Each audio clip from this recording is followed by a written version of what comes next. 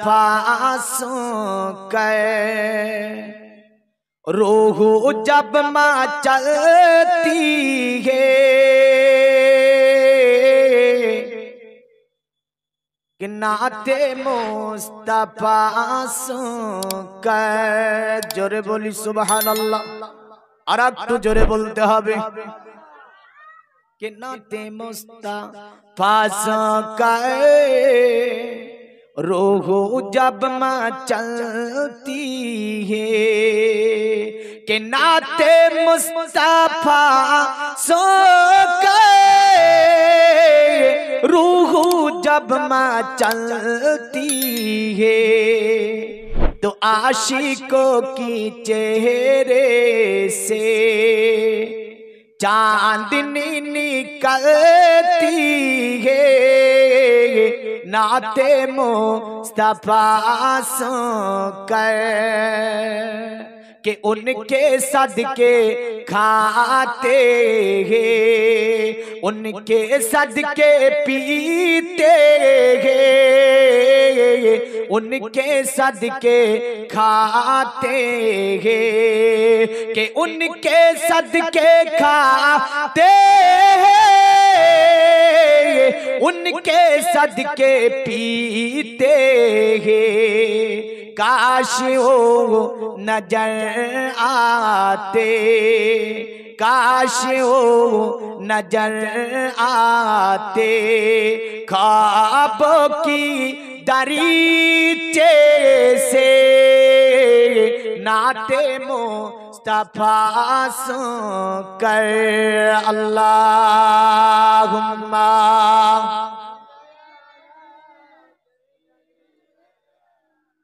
मौलाना मोहम्मद वाला अली।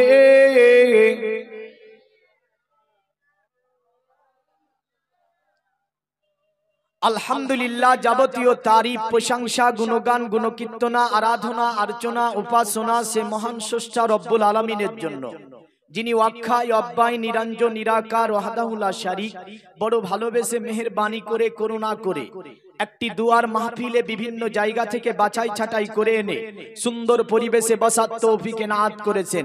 এই সময়টা আল্লাহ ইচ্ছা করলে হসপিটালের বেডে রাখতে পারতো না পারতো না কিন্তু আল্লাহ রাখেনি রেখেছে তো একটা জান্নাতের বাগানে। আল্লাহ ইচ্ছা করলে এই সময় অসুস্থ করে বাড়িতে আপনাকে ফেলে রাখতে পারতো না কিন্তু তাও রাখেনি রেখেছে একটা জান্নাতের বাগানের মধ্যে। আল্লাহ পাক হায়াত দাতা রিজিক দাতা পালন কর্তা ভূপতি বিশ্বপালক অল পৃথিবীর মধ্যে স্থলে খাদ্যের সমাল বন্টনকারী সে আল্লাহ পাকের অশেষ শুকরিয়া সকলে বলি আলহামদুলিল্লাহ। আর একটু আসতে বলেন তো দেখি আল্লাহ শুকরিয়া করবেন আবু বকরের মতো জজবা থাকবে প্রেম থাকবে ভালোবাসা থাকবে তাতে। আজ যদি আপনি বলেন যে না জজবা প্রেম ভালোবাসা নিয়ে শুকরিয়া করব না ও শুকরিয়ার দরকারও নাই যেহেতু এটা একটা জিকরে মাহফিল এ নয় যে বক্তা একাই বলবে কথোপকথনের মধ্য দিয়ে ওয়াজ হবে। আপনাকে কিছু কথা আমি জিজ্ঞাসা করব আপনি উত্তর দিতে পারবেন না তো কি হয়েছে আমি তো দেব কিন্তু হ্যাঁ হুঁ সারাসারি দেওয়া লাগবে। সুবহানাল্লাহ আলহামদুলিল্লাহ এই শব্দের জবাব অবশ্যই দেওয়া লাগবে। আর যদি বলেন যে না চুপচাপ বসে থাকবো তাহলে ওয়াজ শুনে কোনো কাজ হবে না। অতঃপর শেষ নবী দয়ার নবী মায়ার নবী হায়াতুন নবী জিন্দা নবী নবী আরবি হাশমি কুরাইশি মা আমিনার লাল মরুর দুলাল আকায়ে নামদার মাদানী তাজদার মক্কি সরকার সৈয়দে আবরার ওয়াকিয়ার যাকে আল্লাহ তৈরি না করলে চন্দ্র সূর্য গ্রহ তারা নক্ষত্র জমিন ও আসমান মানব দানব আমার আল্লাহ কিছুই সৃষ্টি করতেন না। যিনি হচ্ছেন হাবিবে কিবরিয়া বে কাসুকে কাস বে বাসুকে বাস বেচারাকে চারা গরিবুকে হামি আতামাকে ওয়ালি সাফিউল মাজনবিন রাহমাতাল লিল आलमीन हुजूर ताजदार मदीना राहत कल्बो सीना फाइजे गंजीना जनाबे मुहम्मदुर रसूलुल्लाह सकले पढ़ें सल्लल्लाहु आलाइहि ওয়াসাল্লামের উপরে লাখো কোটি দরুদ ও সালাম অর্পিত বর্ষিত হোক সকলে বলি আল্লাহুম্মা আমিন। প্রথমত একটু মনোযোগ এ কারণেই চাইবো কারণ ব্রেন এবং মন এক জায়গায় না থাকলে কোনো আলোচনা বোঝা যাবে না, হ্যাঁ না? মানুষ এখানে, মন অন্য জায়গায় থাকতে পারে না, পারে না? আপনি আমি এখানে আছি, কিন্তু মন তো অন্য জায়গায় পড়ে থাকতে পারে আমাদের। কেউ ভাবছে এইভাবে যে আব্বাস সিদ্দিকী এসেছিল, ওয়াজ শুনলাম, আর কিছুক্ষণ থাকবো পালাবো, কিছুক্ষণ থাকবো পালাবো, তো মনটা পালানো পালানো হয়ে আছে।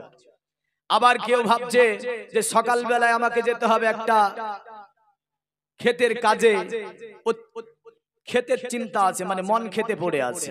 কেউ ভাবছে অফিস আদালতে, এ মন পড়ে আছে অফিস আদালতে। তাহলে বোঝা যাচ্ছে মানুষ এখানে, মন অন্য জায়গায় থাকতে পারে, যার কারণে মন এবং ব্রেন একত্রিত করার জন্য প্রথম নম্বরে রিকোয়েস্ট করছি। এ নিয়ে একটা হাদিস বলি। হাদিস শরীফের রাবি হযরতে মুআয ইবনে জাবাল রাদিয়াল্লাহু তাআলা আনহু। কি নাম বললাম? যতটা কথা বলবো রেফারেন্স দেব। সাহাবীর নাম বলেছি মুআয ইবনে জাবাল। হাদিস শরীফ বর্ণনা হচ্ছে মিশকাত এবং বুখারী শরীফে। রাসূলুল্লাহ সাল্লাল্লাহু আলাইহি সাল্লাম সাহাবীকে সঙ্গে নিয়ে যাচ্ছেন একটা জায়গাতে, তো রাস্তার মধ্যে নবী ডাকছে, এ মুআয। নবীজি ডাক দিচ্ছেন সাহাবীকে, তো সাহাবী বলছে লাব্বাইকা সাদাইকা ইয়া রাসূলুল্লাহ, হে আল্লাহর হাবিব, আমি উপস্থিত আছি, আপনি বলেন। তো নবী আবার বলছে, এ মুআয। উত্তর দেওয়ার পরও নবী যখন আবার ডাকছেন, তো সাহাবী বলছে লাব্বাইকা সাদাইকা ইয়া রাসূলুল্লাহ।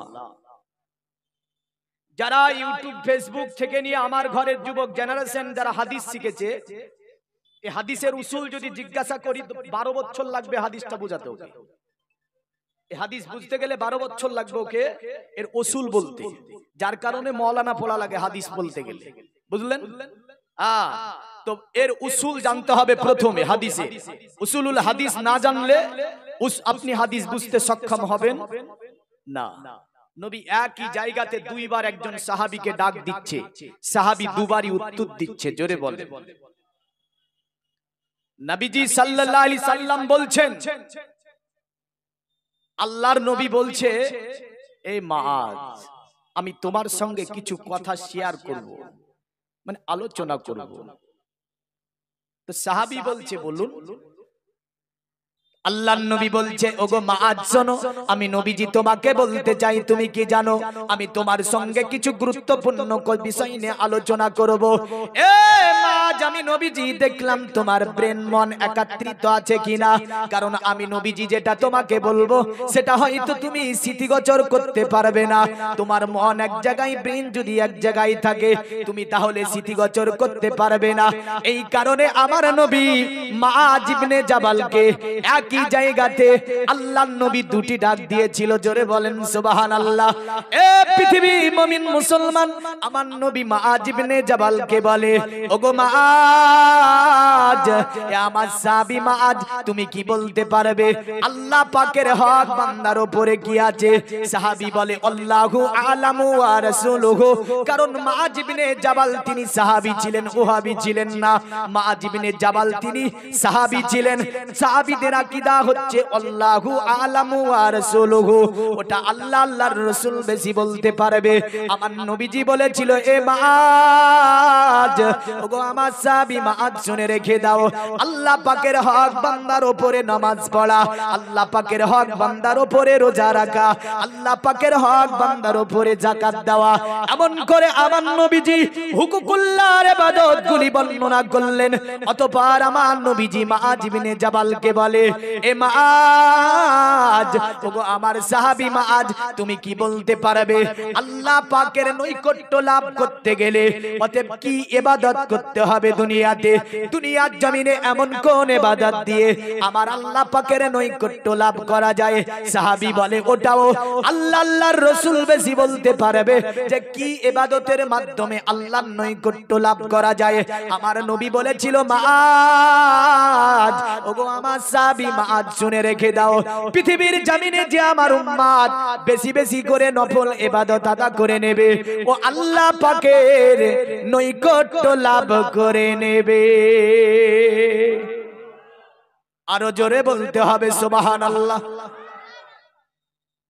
আমার ঘরের কিছু যুবক জেনারেশন মসজিদে ঢুকে আর বাড়ায়, আছে না নাই?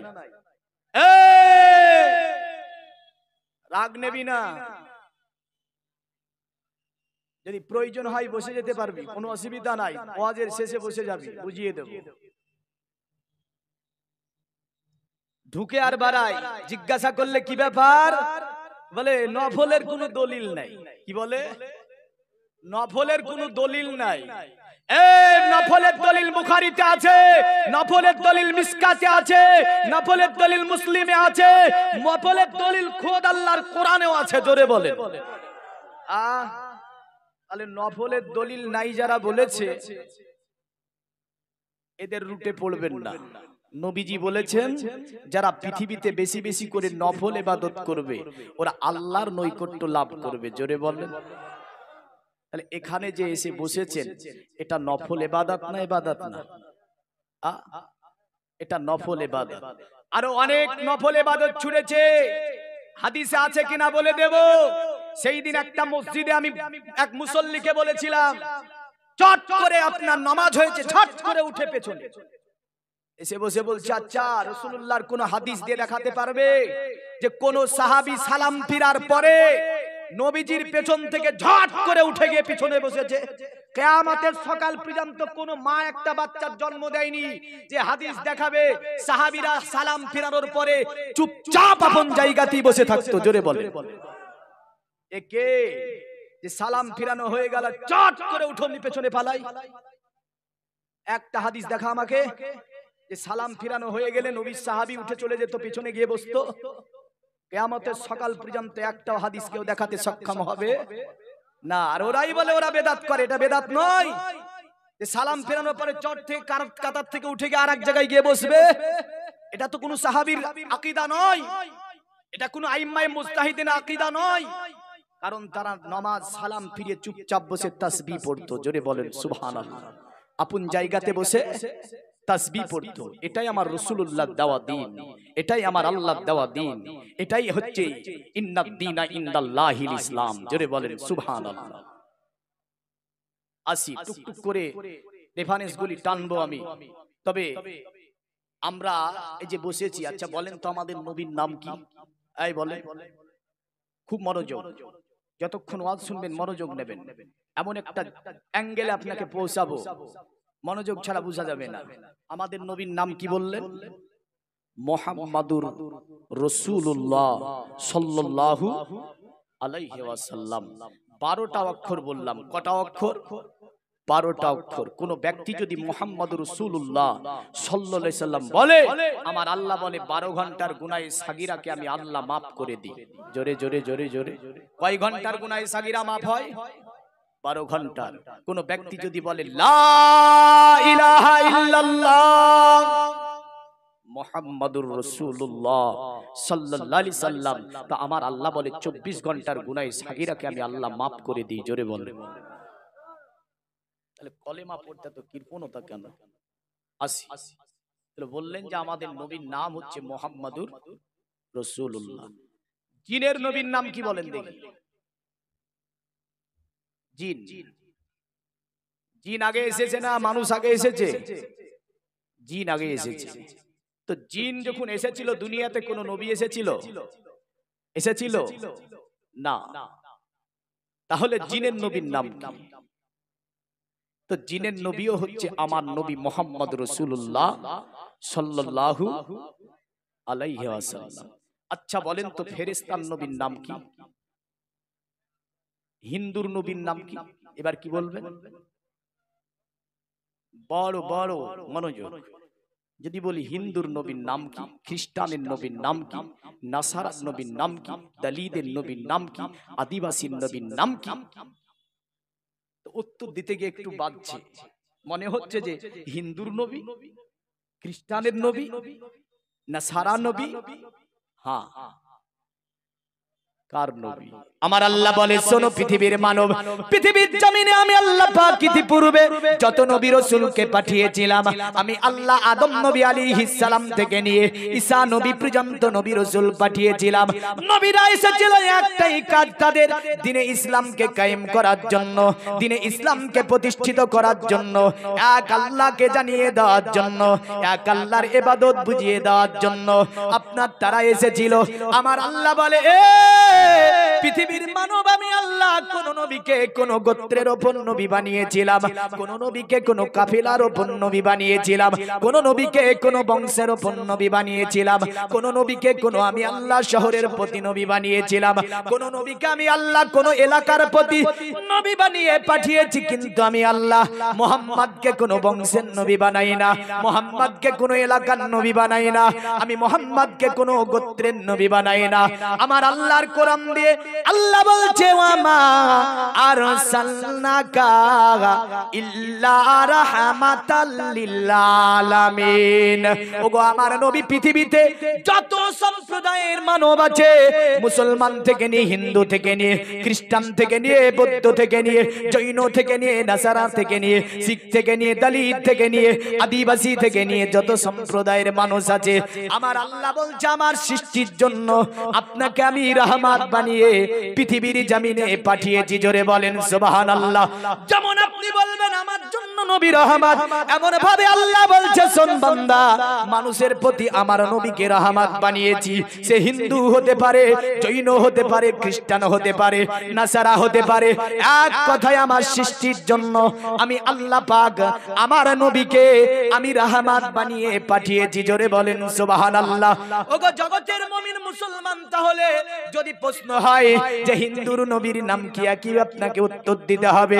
যদি বলা হয় যে ফেরেশতার নবীর নাম কি, উত্তর হবে মুহাম্মাদুর রাসূলুল্লাহ সাল্লাল্লাহু আলাইহি ওয়াসাল্লাম। আর যদি প্রশ্ন হয়ে যায় আল্লাহর নবীর নাম কি, কোরআন ডাইরেক্ট উত্তর দিয়ে বলছে মুহাম্মাদুর রাসূলুল্লাহ।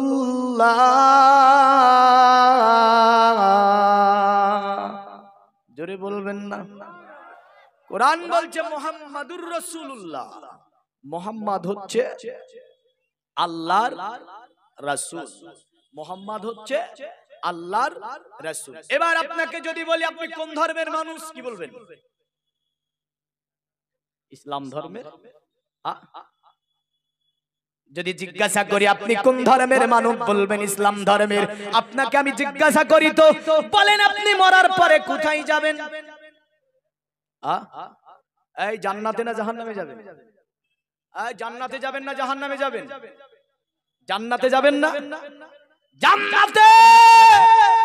নবীজি বলছেন মিশকাতের হাদিস, আল্লাহর নবী বলছে তোমরা সর্বময় আল্লাহর কাছে জান্নাতের আবেদন করো। জোরে বলেন। মুসলমানকে জিজ্ঞাসা করলে মরার পরে কোথায় যাবে, মুসলমান বলে জান্নাতে যাব। হিন্দুকে জিজ্ঞাসা করেন তুমি মরার পরে কোথায় যাবে, হিন্দু বলবে আমি কোথায় যাব, স্বর্গে যাব। খ্রিস্টানকে জিজ্ঞাসা করেন মরার পরে কোথায় যাবে, ও বলে জান্নাতে যাব। কেউ বলে না নরকে যাব, কেউ বলে না জাহান্নামে যাব, সকলেই জান্নাতের আশা করে। মনে রেখে দেবেন জান্নাত যেটা, স্বর্গ হচ্ছে সেটা। জান্নাত যিনি বানিয়েছেন ওই আপনার স্বর্গ একই জিনিস আপনার। এখানে আমরা আল্লাহ শব্দ বলে আমার মাবুদকে আমরা আহ্বান করি, আর তারা ঈশ্বর বলে আহ্বান করে। কেউ গড বলে আহ্বান করে, কেউ ষষ্ঠী বলে আহ্বান করে, কেউ বিধাতা বলে আহ্বান করে।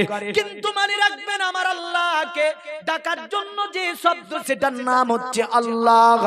আল্লাহ বলি আমার আল্লাহকে ডাকতে হবে। এই নিয়ে শুধু আমার ধর্মে নয়, কারণ আমার ধর্মের কিতাবে তো আছি, কারণ আল্লাহ তিনি কি, আল্লাহ কি জিনিস নিয়ে আমার ধর্মে তো ব্যাপক আলোচনা করা হয়েছে। আমরা যদি অন্য ধর্মের কিতাবগুলো একটুখানি ভেরিফাই করি, দেখতে পাবো আমার আল্লাহকে নিয়ে অন্য ধর্মের কিতাবেও যথেষ্ট আলোচনা রয়েছে। জোরে বলেন সুবহানাল্লাহ। তারা বলল শোন, আল্লাহকে যত না নামে ডাকিস না কেন, ঈশ্বর বিধাতা গড মাবুদ যাই বলিস না কেন, আল্লাহ যেটা নাম সেটাই আল্লাহ, আল্লাহ ছাড়া অন্য কারো উপাসনা করা যাবে না। তাই তাদের অথর্ব বেদের মধ্যে বলছে হোতার বিন্দ্র মহাশ্রীন্দ্র আল্লাহ জ্যেষ্ঠম শ্রেষ্ঠম পুণ্য ব্রাহ্মণম আল্লাহ, আল্লাহ রাসূল মুহাম্মদ রাকাম বরসু আল্লাহ আদলাং বুকমে কামাল্লা বুকাম ইল্লা কিলার তিকাম। আল্লাহ তিনি সমস্ত দেবতার মেন দেবতা, আল্লাহর উপরে আর কোন দেবতা হতে পারে না, আল্লাহর কবরে আর কোন দেবতা হয় না। তারা বলল শুনে রেখে দে, আল্লাহর রাসূল মুহাম্মদ অতি বরণীয় নবী, তাকে মানতে হবে, তাকে জানতে হবে, কারণ তাকে মানলে ধর্ম হবে আর না মানলে ধর্ম হবে না। অতঃপর তারা বলল বরসু আল্লাহ, আল্লাহই হচ্ছে আল্লাহ, আল্লাহই হচ্ছে আল্লাহ, কারণ আল্লাহর কখনো দ্বিতীয় হয় না, আল্লাহর কখনো তৃতীয় হয় না। যিনি আল্লাহ তিনি আল্লাহ, তাকে আল্লাহ বলি ডাকতে হবে। জোরে বলেন সুবহানাল্লাহ। তারা বলল আদলাং বুকমে কামাল্লা বুকাম ইল্লা খিলার তিকাম, আল্লাহ যিনি হয় তিনি অব্যয় অক্ষয় নিরঞ্জন নিরাকার ওয়াহদাহু লা শারীক। আরো জোরে বলেন সুবহানাল্লাহ। এটা সনাতন ধর্মের কিতাবে বলে আল্লাহর পরিচয়, যে আল্লাহকে আল্লাহ বলি ডাকাটাই অতি উত্তম হবে, কারণ তিনি আল্লাহ। এখন আল্লাহর পরিচয় আরো মন্ত্র আছে, প্রথমে আমি আসি এই মন্ত্রে। আপনার পূর্বে আমার যেহেতু কিতাব আমি দেখব, তারপরে অন্য কিতাব দেখব। আচ্ছা, আপনারা বললেন যে আমরা ইসলাম ধর্মের মানুষ, অন্য মানুষকে জিজ্ঞাসা করলো তাদেরও একটা ধর্ম আছে না নাই? আপনি জিজ্ঞাসা করেন তো তারাও বলবে ধর্মের মানুষ, আমি অমুক ধর্মের মানুষ।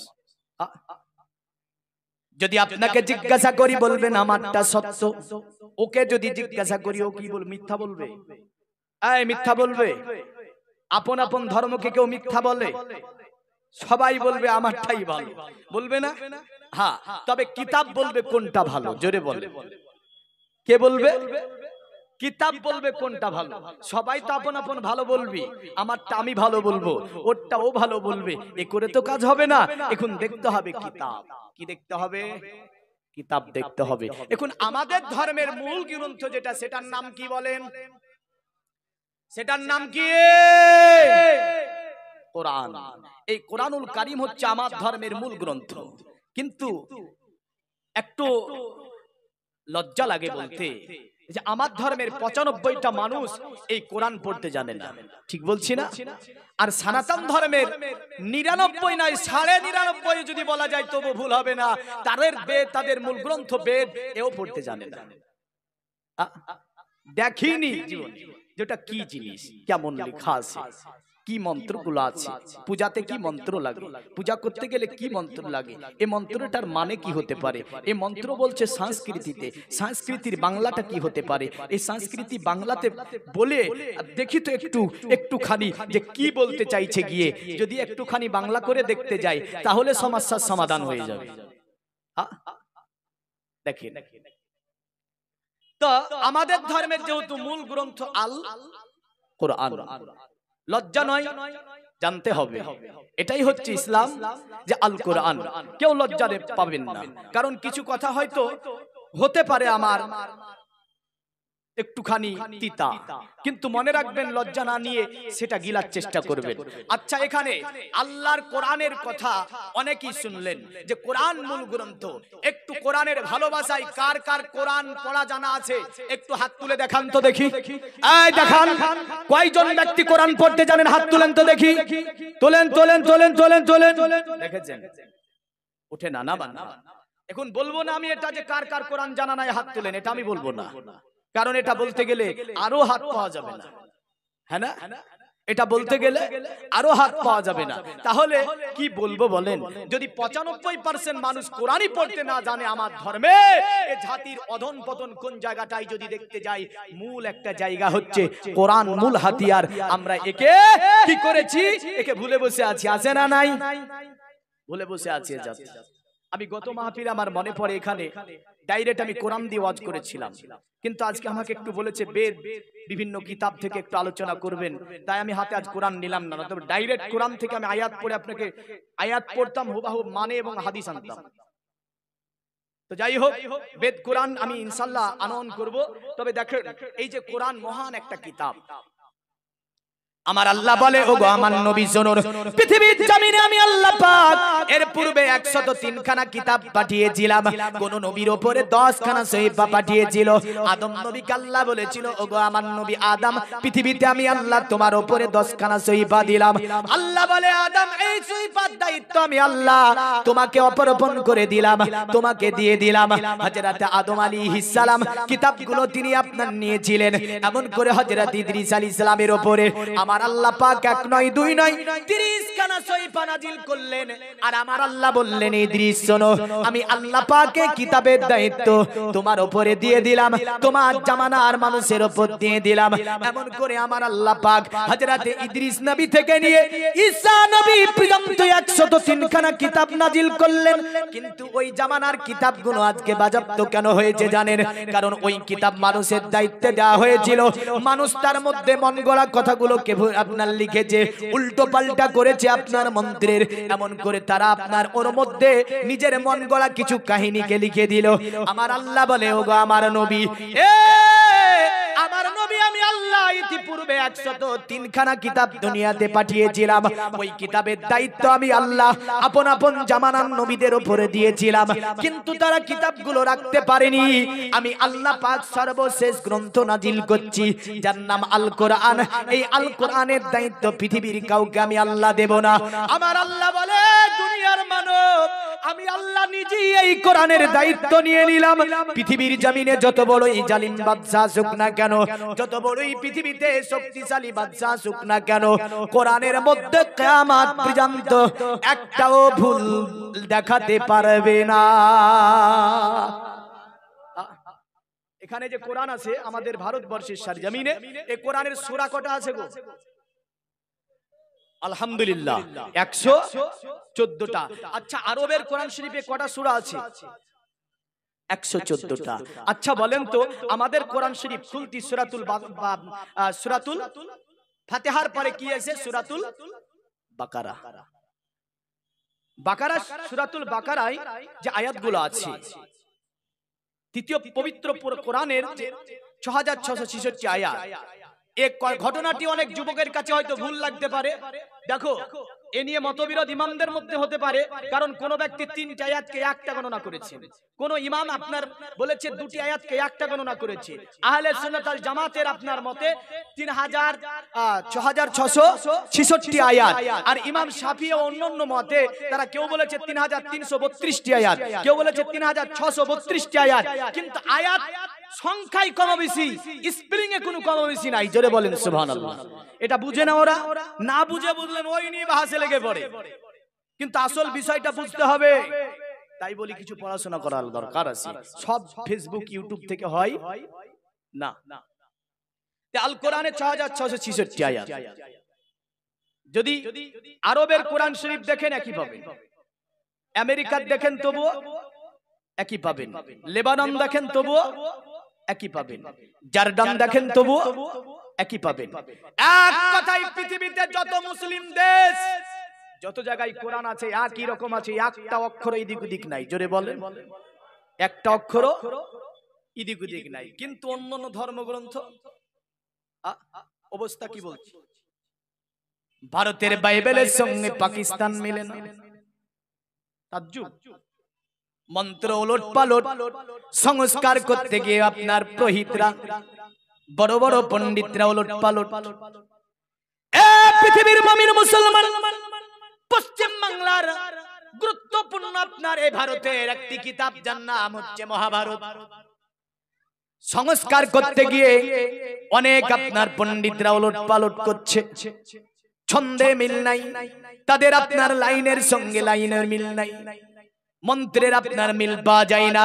এমন করে পৃথিবীর জমিনে জামদেবাস্তা বলেন, এমন করে মহাভারত বলেন, এমন করে গীতা বলেন, এমন করে আপনার সাহেব গ্রন্থ বলেন, পৃথিবীতে সব দেশ থেকে একটা একটা করে কিতাব যদি আনেন আপনি তাজ্জুব হয়ে যাবেন, মিলছে না। কিন্তু কোরআন সমগ্র পৃথিবীর দেশ থেকে একটা একটা করে এনে এক জায়গায় করে দেন, পৃষ্ঠা উল্টান, এক কথায় পৃথিবীর সব দেশের সঙ্গে এই আল কোরআন মিলে যাবে, কোনো অসুবিধা নাই। জোরে বলেন সুবহানাল্লাহ। কারণ এই দায়িত্বটা আমার আল্লাহ নিজেই নিয়েছে, জোরে বলি। এই দায়িত্ব কে নিয়েছে? আল্লাহ। পৃথিবীর কোন জালিম অত্যাচারিত ব্যক্তি যদি মনে করে কোরআনকে মিটিয়ে দেব, পারবে? পারবে না। যতই চেষ্টা করুক পারবে না। কিন্তু আমরা কত হতভাগা জানেন যে আমাদের কোরআন পড়তেই পারি না আমরা, কিন্তু বিজ্ঞানের গবেষণাগারে এই কোরআনকে সর্বোচ্চ জায়গাতে স্থান দেওয়া হয়েছে। জোরে জোরে জোরে। যুবক, তুই কোরআন কেন পড়িস না? তুই ভাবিস কোরআন দিয়ে শুধু নামাজ পড়া হয়, তুই ভাবিস যে কোরআন দিয়ে বাচ্চা ফুকানো হয়, তুই ভাবিস যে কোরআন দিয়ে তাবিজ লিখা হয়, তুই ভাবিস যে কোরআন দিয়ে জিন ছুটানো হয়।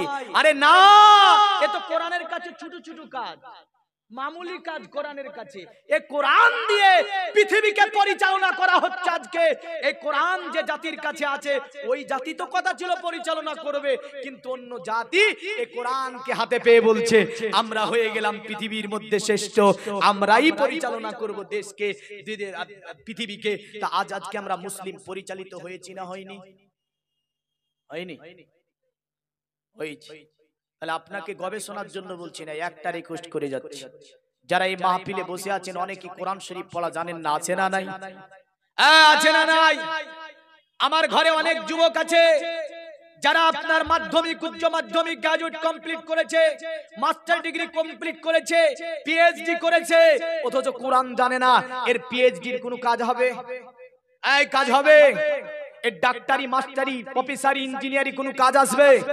যে ব্যক্তি কোরআন রিডিং দেওয়া শিখেনি, বোঝা যাচ্ছে ডাক্তারি, মাস্টারি, প্রফেসরি, ইঞ্জিনিয়ারিং যাই বলো না কেন, তার সঙ্গে যদি কোরআন না থাকে কোনো কাজে আসবে না। তাই আমি ঘরের সকল যুবকদের আমি আহ্বান করব, অবশ্যই কোরআনটা শিখে নেবে। আপনারাও যারা জানেন না শিখে নেবেন। একটু ইনশাআল্লাহ বলেন তো মনে মনে, মনে মনে বলেন। জোরে বলতে লজ্জা লাগবে, কারণ কোরআন শিখার কথা বলেছি না।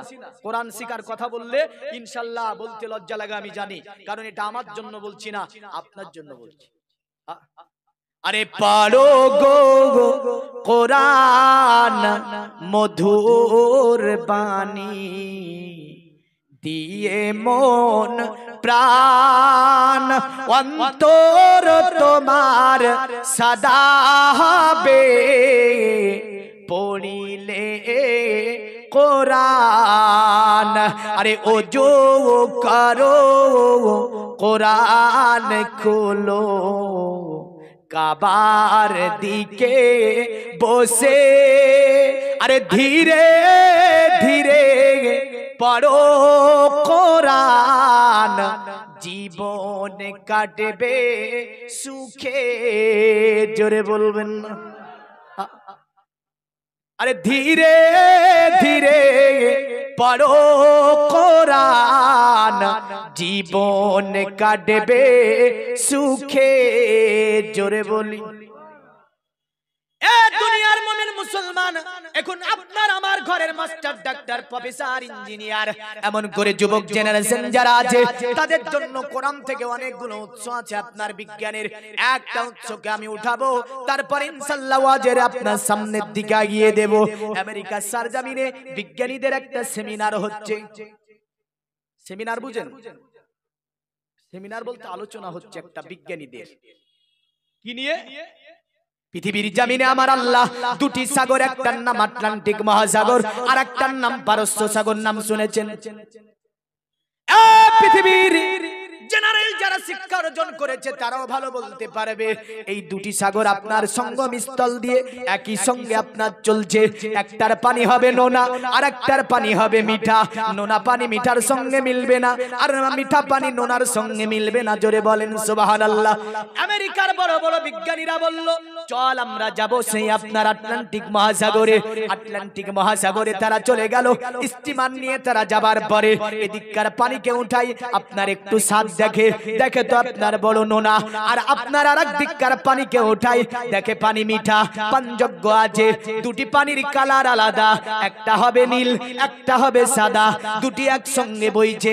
বিজ্ঞানীরা বলছে তাজ্জুব ব্যাপার, এ তো তরল পদার্থ, একে অপরের সঙ্গে মিলে যাওয়ার কথা ছিল, কিন্তু একে অপরের সঙ্গে কেন মিলে না? তারা গবেষণা শুরু করলো। আপনার দুটি সাগরের মধ্যে যাবার পরে তারা গবেষণা শুরু করলো। 1 বছর চলে গেল, গবেষণায় কোনো কাজ হলো না, বুঝলেন?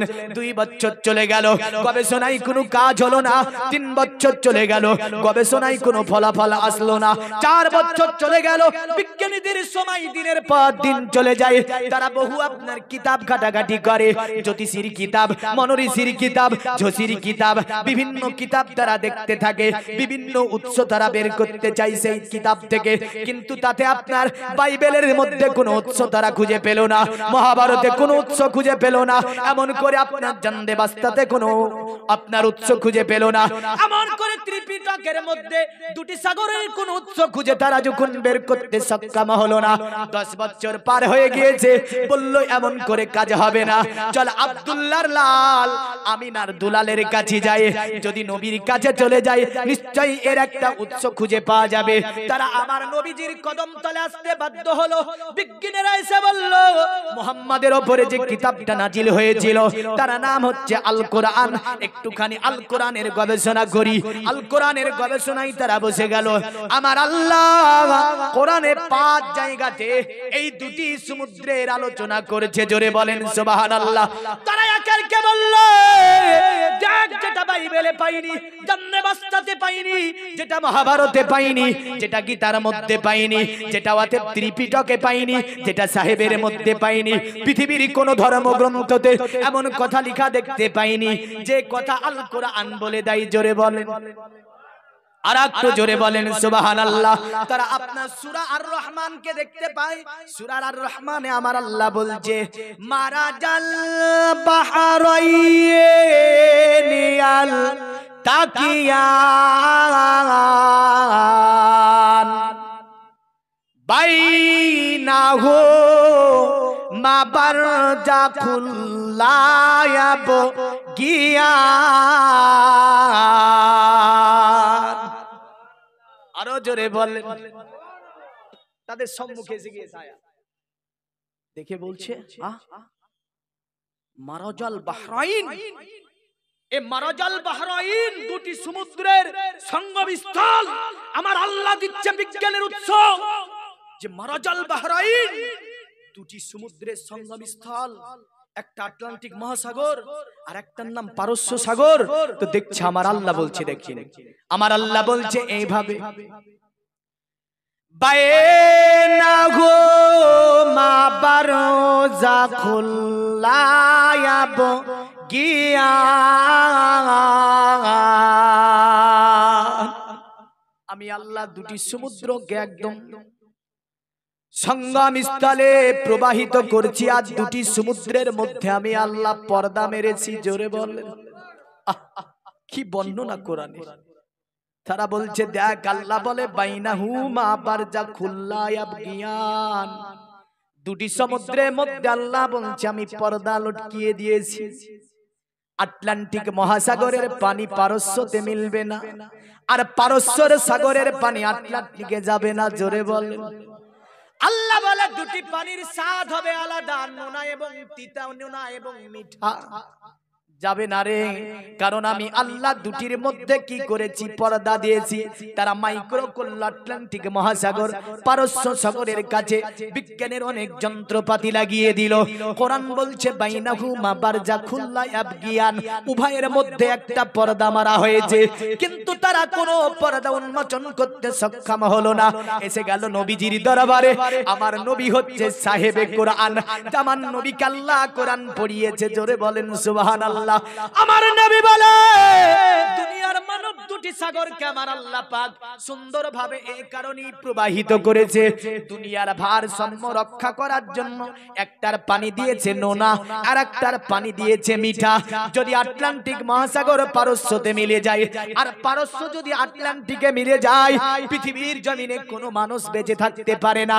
তারা গবেষণা করতে লাগলো। দেখ, তারা গবেষণা করে বলল এ জগতের মানুষ, কোরআনের কাছে কুরবান হয়ে যা, মুহাম্মাদের কদম তলে কুরবান হয়ে যা। নবী মুহাম্মাদের কত না জ্ঞান, তিনি বলেন যে আবহাওয়া দূষিত হয়ে যাবে, অক্সিজেনের ঘাটতি হয়ে যাবে, মানুষের শরীরে পোকা হয়ে যাবে, ঘা হয়ে যাবে, যদি দুটি সমুদ্রকে আমার আল্লাহ এক করে দেয়। কত বড় বড় উৎস কোরআনে, কিন্তু আমরা চিনতে পেরেছি, চিনতে পারিনি। এই কোরআন আমাদের ঘরে আছে, আমরা বুঝতে পারিনি যে এর মধ্যে কি আছে, এর মধ্যে কি আছে। তাজ্জুবের বিষয় এটা, কোরআনের মজেজা সবচেয়ে বড় এটা। একজন যখন আপনার দার্শনিক কোরআনকে খুললো, দেখছে দার্শনে ভরা। জোরে বলেন। পৃথিবীতে ম্যাথমেটিক্স নিয়ে পড়েছে, বিরাট প্রফেসর যখন কোরআন খুলবে, কোরআনের প্রতিটা অক্ষরে অক্ষরে, আয়াতে আয়াতে এই ম্যাথের গান পাওয়া যায়। জোরে বলেন। একজন আপনার বড় ইঞ্জিনিয়ারিং কলেজে পড়ে বড় ধরনের ইঞ্জিনিয়ার হয়েছে, কোরআনের আয়াত দেখবে সব যেন এই জ্ঞানে ভরা আছে। জোরে বলেন। বিরাট ঐতিহাসিক কোরআনের পাশে আসলো, কোরআনে বলছে শুধু ইতিহাসে ভরা। যখন ইলমে তাসাউফ শিক্ষা করে কোরআনের পাশে আসলো, বলছে ইলমে তাসাউফে ভরা। এমন করে পৃথিবীর জমিনে যত জ্ঞান আছে সব জ্ঞান আমার আল্লাহ এক কিতাবের মধ্যে লিপিবদ্ধ দিয়েছে। এটা কোরআনের সবচেয়ে বড় মজেজা। আল্লাহ হুম্মা, এই গলা টানছে, মাইকে ঠিক করো, গলা টানছে, গলা গলা রিভাবটা বাড়াও। ওয়ালা আলে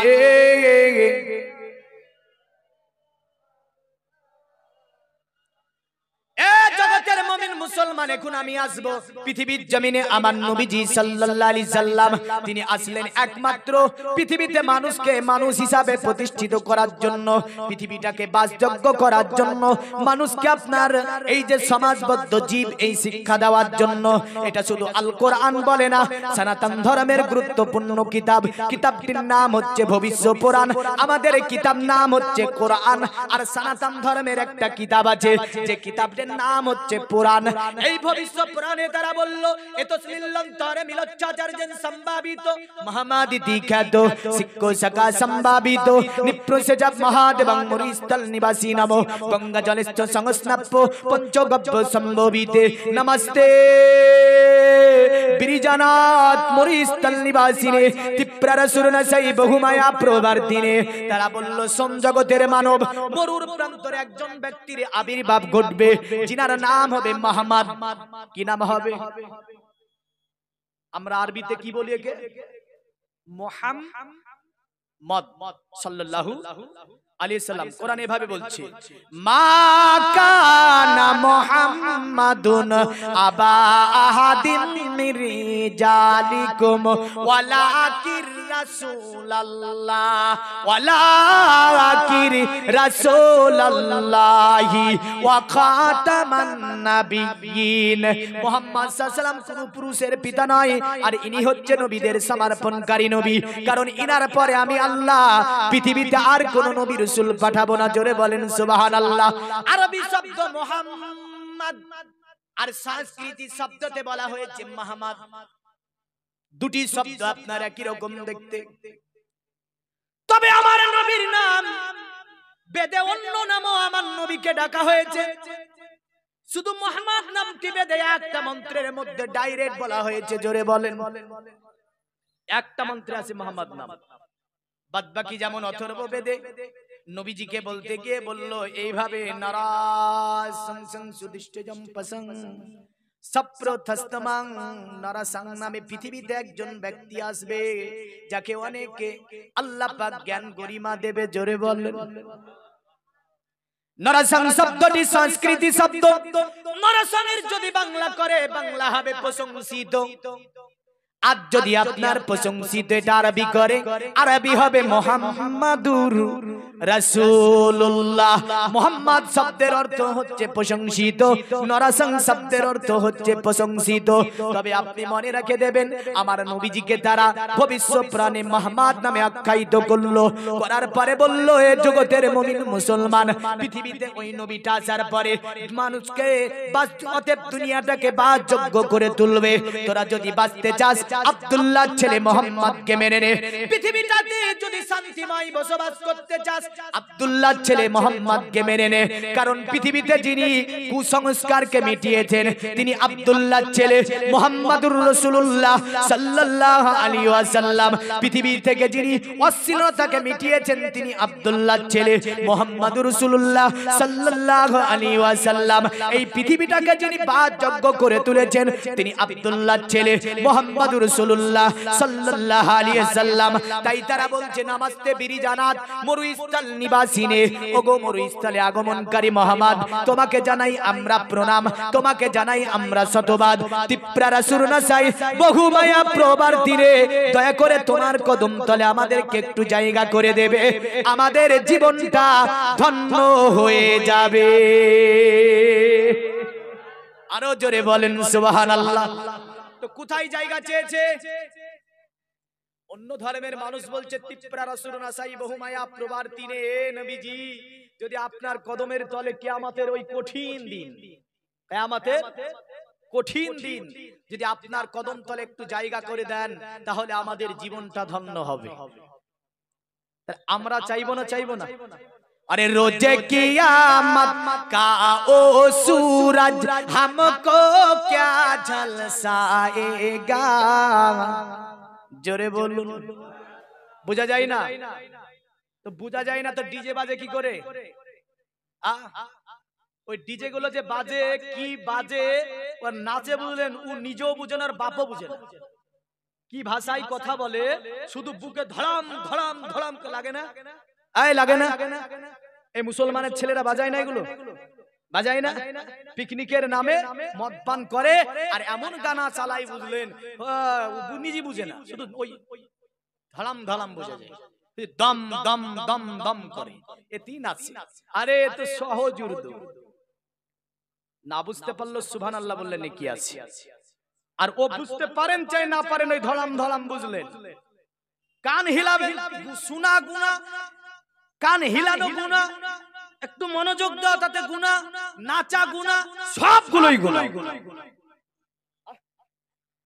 কিন্তু কবির বায়ান দেখেন, রোজে কিয়ামত का ओ सूरज हमको क्या झलसाएगा, खुद ही डूबा जाएगा, खुद ही डूबा जाएगा। जुल्फे मुअम्बर के छाई में,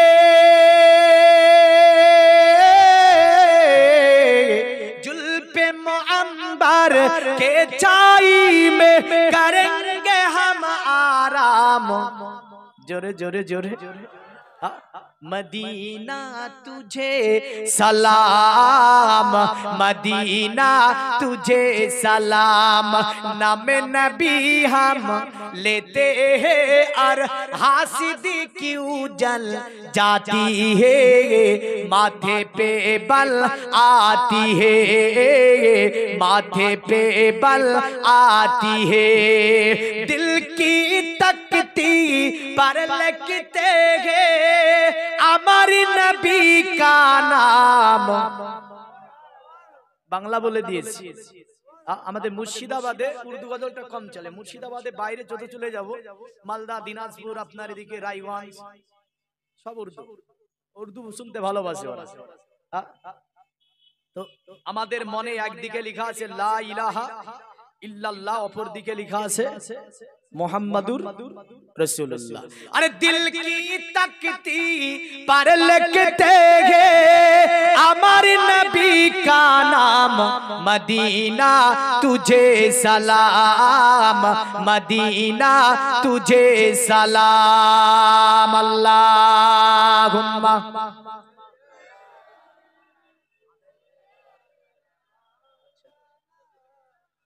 वाला आले।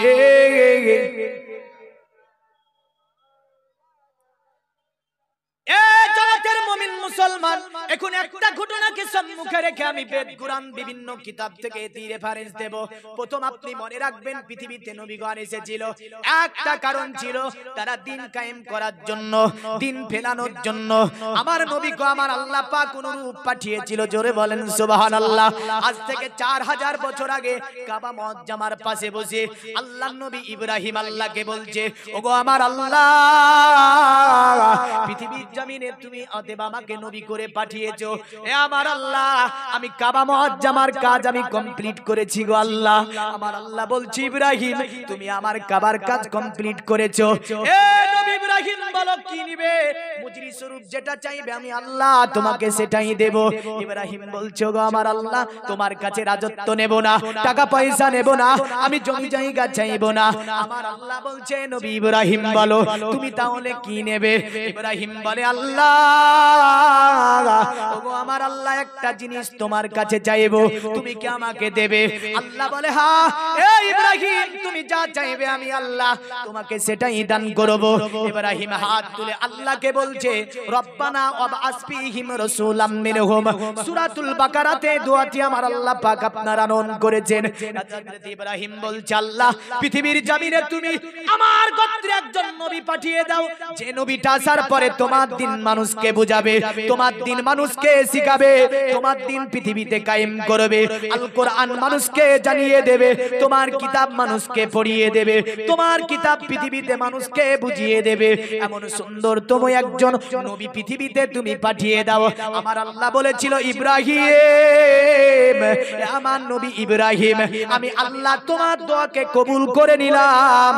আমি আল্লাহ তোমার সঙ্গে হাত তুলেছে জান্নাম ইসমাইল, ইসমাইলের বংশে আমি ওই নবীকে পাঠিয়ে দেব। জোরে বলেন সুবহানাল্লাহ। জগতের মনের মুসলমান দেখতে পাবেন অন্য নবীগণ আপনার 100, 200, 300, 400, 1000 বছর ধরে ইসলামের দাওয়াত দিয়েছে, কিন্তু পৃথিবীতে ইসলাম কায়েম করা সম্ভব হয়নি। নূহ নবী 950 বছর ধরে বলেছিল। কত বছর ধরে? মুসলমান হয়েছিল কটা? 39টা মাত্র। কটা? মাত্র 39টা। কত বছর ধরে? 950 বছর ধরে। 950 বছর ধরে বলে বলে মুসলমান হলো 39টা, গুনে হাতে গোনা 39টা। ইব্রাহিম বলছে, আল্লাহ, এ করে তো ইসলাম কায়েম হবে না। কারণ কোন জামানায় 2টি মুসলমান, খুব তাজ্জুবের ঘটনা। কোন জামানায় 3টি, কোন জামানায় 4টি মুসলমান, কোন জামানায় 5টি মুসলমান, কোন জামানায় 7টি, কোন জামানায় 14টি মুসলমান, আর কোন জামাতে না 39টি মুসলমান। এই বর্ণনা তাফসিরে আছে। কিন্তু মনে রাখবেন, আমার নবীজি পৃথিবীর জমিনে আসার পরে 40 বছর বয়স ইসলামের কাজ শুরু করলো, আর 63 বছরে আমার আল্লাহ বলছে, আল-ইয়াউমা আকমালতু লাকুম দীনাকুম, নবী গো দিন পরিপূর্ণ হয়েছে, দিনের নিয়ামতকে পরিপূর্ণ করেছি। অন্য নবীগণ 1000 বছরে যেটা পারেনি, আমার নবী মাত্র 23 বছরে সেটাকে কমপ্লিট করেছে। আরো জোরে বলুন সুবহানাল্লাহ। কয় বছরে? মাত্র 23। আর অন্য নবীগণ যায় 100, 200, 500, 1000 বছরে পারল না। আর আমার নবী 23 বছর ইসলামের কাজ করলেন। মক্কা, মদিনা, মক্কা মদিনার পার্শ্বের দেশগুলিতে সব ইসলাম কায়েম করে দিল। জোরে বলেন। তো কোন সময়টা? আমি শুধু বলিনি, বেদে বলেছে, কম্মেস্তিতি হুতুঙ্গানা প্রাপন্ন দেবতা তং তং নমস্তাই প্রাকৃতা নিয়াতা সবা। মুহাম্মদ যখন মক্কাতে ইসলামের দাওয়াত দিতেছিল, তখন কাবার মধ্যে বুত ছিল 360টা। কটা? কারো নাম লাত, কারো নাম উজ্জা, কারো নাম মানাত, কারো নাম জানাত, কারো নাম হানাত, কারো নাম সানাত, কারো নাম পানাত, বহু নাম। কারো নাম বালা, কারো নাম বাক্কা, আরবের মূর্তির নামে। কিন্তু নবীজি এসে বলে, না, এক আল্লাহর ইবাদত করতে হবে। জোরে বলে, কার ইবাদত হবে? এক আল্লাহ। ইসলাম প্রচার করছিলেন নবীজি, ইসলামের কথাগুলো বলছিলেন। কোথায়? কাবা বিরাট মেলা, উকাজো মেলা জিলকদ মাসে নারী পুরুষের যেখানে ভিড় ভাট্টাগুলো হতো, ওখানে নবীজি গিয়ে বললেন তোমরা এমন করো না, এ মক্কার মানব তোমরা পড়ো লা ইলাহা ইল্লাল্লাহ, লা ইলাহা ইল্লাল্লাহ, লা ইলাহা ইল্লাল্লাহ মুহাম্মাদুর রাসূলুল্লাহ। নবীজি বললেন নারী পুরুষ এমন চলো না একই জায়গায়, অতএব তোমরা নারী পুরুষ বেগানাত ভিড় জমিও না। কিন্তু আমাদের সমাজে নারী পুরুষের ভিড় ভাট্টাগোল বেশি হয়েছে না হয়নি? হয়নি? পরিবর্তন কি করে হবে গো? আর অন্য ধর্মের কথা তো বলতে গেলে বুঝলেন, এ বলছে ছেলে যুবক বলছে আমি প্যান্ট পরে ঘুরবো, আর নারী বলছে আমি আন্ডার পরে ঘুরবো। নে দেখি কত পারিস।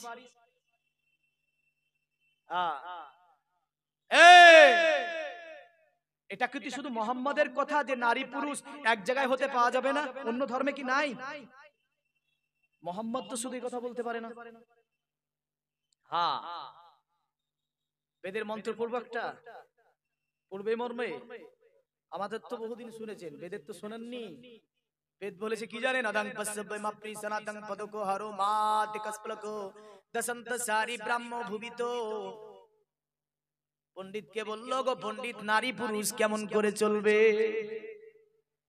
পণ্ডিত বলল পুরুষ যারা হবে তাদের হালকুম থেকে নিয়ে পায় আপনার ঘান্টু পর্যন্ত পোশাক থাকবে, পুরুষের পোশাক। আমার নবীজিও বললেন হালকুম থেকে নিয়ে ঘাটনুর উপর পর্যন্ত ঢাকা থাকবে যুবকদের। আর যুবকরা প্যান্ট পরেছে, বললেন ঘাটু আপনার হাঁটু নাই কি নাই? হাঁটু কাটা, হাঁটু কাটা স্টাইল বর্তমান হচ্ছে ছিড়া ছিড়া স্টাইল। এটা যদি আমার দাদু পদ্দাদুদের জামানা হতো, প্যান্টকে নিয়ে যে সাহারে ফেলে দিত, ফেলতো না? আর গুল্লা দিয়ে বুঝলেন, গুল্লার নিচে যত বুঝলেন গোবর যা কিছু রাস্তাতে নোংরা আবর্জনা আছে সব আর পায়ে লাগে। হ্যাঁ, আরে হাঁটুর মধ্যে একখানা ছাড়া, তো বলছে ছিড়া প্যানের এবার দাম বেশি। বাজারে গিয়েই তো সভ্যতায় স্টাইল, হাই হাই ছিড়া স্টাইল বলছে, একে বলছে ছিড়া স্টাইল বলে। আর চুলের কাটিং তো বুঝলেন ওই মুরগি কাট, মুরগি কাট বুঝেন?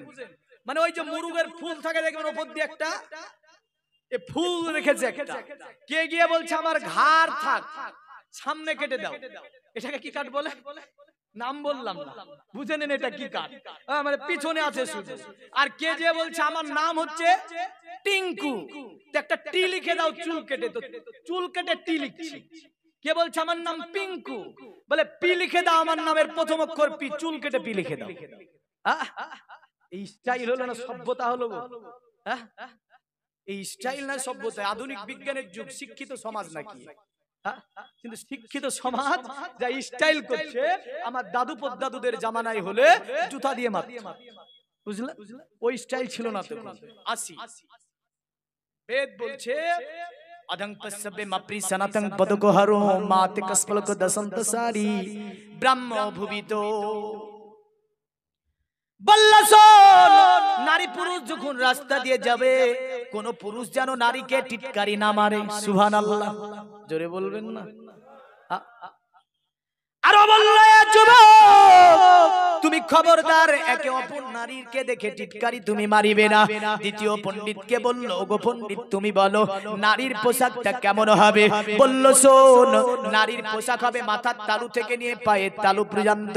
যদি এর বিপরীত হয়, যে নারী রাস্তা দিয়ে হিলে দুলে আপনার চলে অন্য পুরুষকে আকৃষ্ট করে, বেদে বলেছে ওটা নারী নয়, ওটা হচ্ছে ধূর্ত শগুনের মতো।